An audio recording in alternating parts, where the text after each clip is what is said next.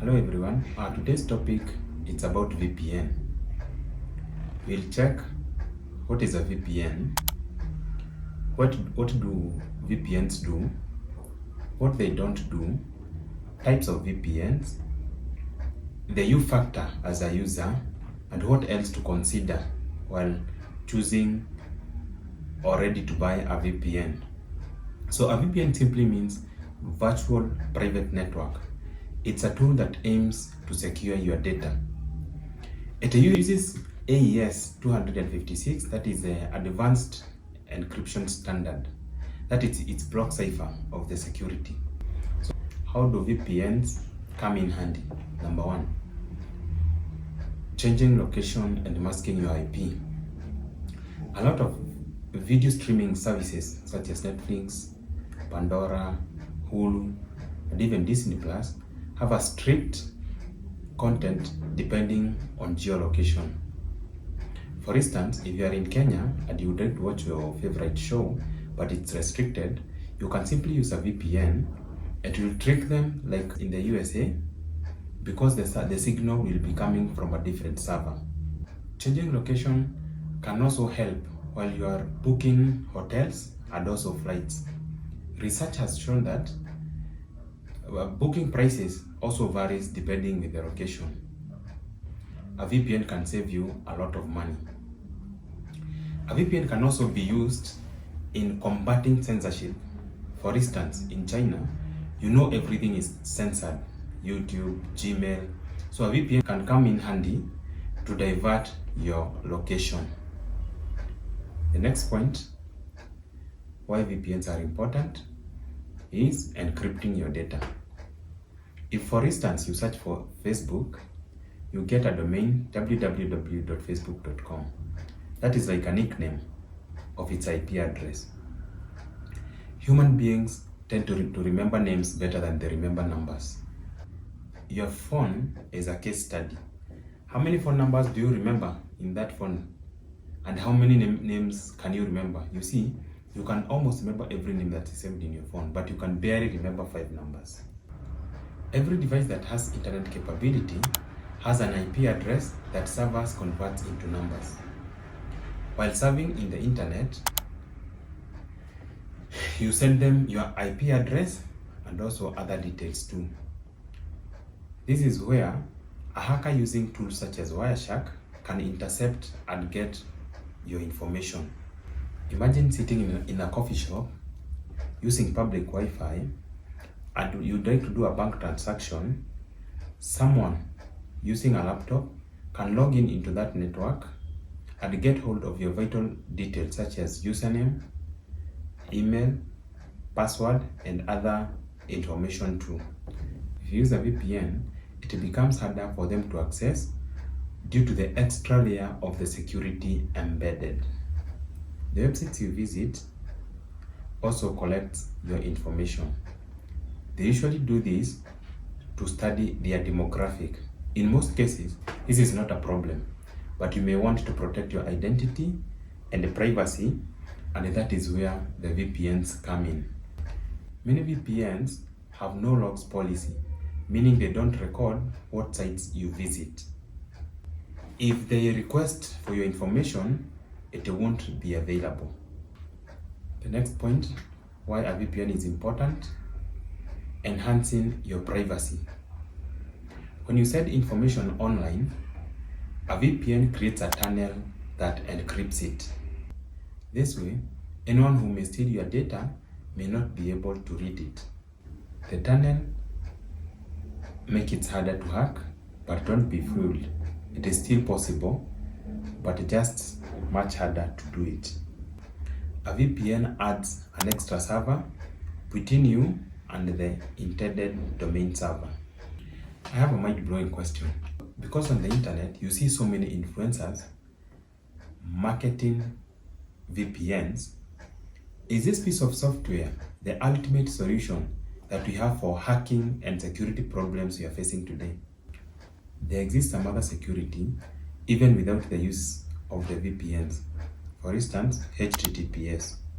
A padlock on your browser means that your data is encrypted. make sure to check it. Securing your DNS traffic in Firefox or Chrome is just a click away. What VPNs don't do. A VPN is not an internet connection. You've got to have your own. For instance, cellular, home internet, or even public Wi-Fi. Point number 2, a VPN is not a cloak of invisibility that you'll use to do all the illegal things that you want while connected. Remember, most or all these VPNs claim to have a no-log policy, but they cannot be accountable. VPN doesn't protect you from viruses and malware.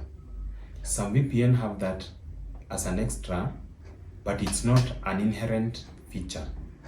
A VPN is a tunnel that encrypts all kinds of data, including viruses and malware that are delivered to your phone. Types of VPN. We have site-to-site or router-to-router VPN. This is a permanent connection designed to secure two physical locations over a public network, such as the internet. Imagine two offices, A and B, separated by a public river, the internet. A site-to-site VPN is like building a secure, private, and underground tunnel between the two buildings. Example is IPsec VPN. The next type of VPN is a remote access VPN. It's a technology whereby an individual is allowed to connect to, for instance, an office network remotely using a phone or a laptop using the public internet. In a nutshell, security and privacy is a matter of trust, because you can encrypt your data on transit, but what about your login information that usually goes to the target systems such as bank accounts? If you look at the credit card compromise, we give them data trusting that they would keep them safe and secure, and you don't have any control about that. We trust our ISPs, that is our internet providers, toll nodes, and if at all you have a VPN, that specific company. Can you see how it is virtually impossible to stay private? Military grade security is just half truth. I can say it's just a safety belt for people who are at higher risk of attack. For most people, this is just but a redundant security. You should use the following threat model to make your decision. Why do I need a VPN? Is it because of the cyber criminals? Is it because of the big companies? Or is it because of the government? For most people, maintaining your online hygiene and cleaning your online identity isn't that complicated. Don't buy into fear marketing tactics or buzz phrases such as military grade encryption. Remember to create better passwords for every site. Use a different email for every account. Use 2FA, that is two-factor authentication method. Monitor identity. Be skeptical of every inbound email or phone call you receive. Activate all privacy settings. Reduce social media. Learn to use virtual machines for different kinds of activities.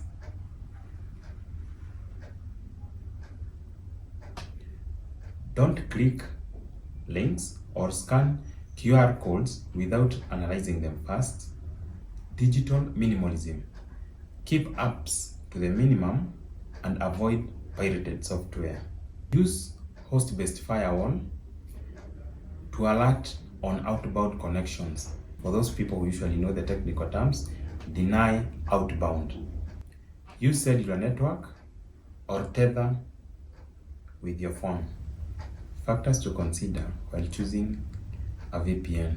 Number 1, the human aspect. If you can't tell who owns your VPN company, forget it. Most of these companies are registered to shell companies, which are very difficult to be accountable. Number 2, reputation. It takes years to build it, but just a moment to lose it. In conclusion, selling online security and privacy, being all about VPNs, is like telling people that well-being and health is all about face masks. Every piece of software that you download, whether apps or plugins, can potentially be malicious by surveying your activity before it even leaves your device. You need to know that more than 100 VPN companies that we have today are owned by 23 parent companies, and 6 of those are from China.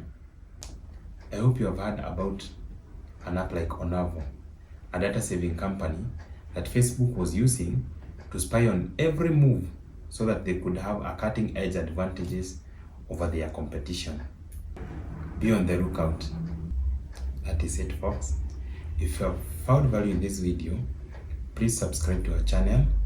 Hit on that notification bell so that you can be alerted every time we upload a new video. Until the next one, peace.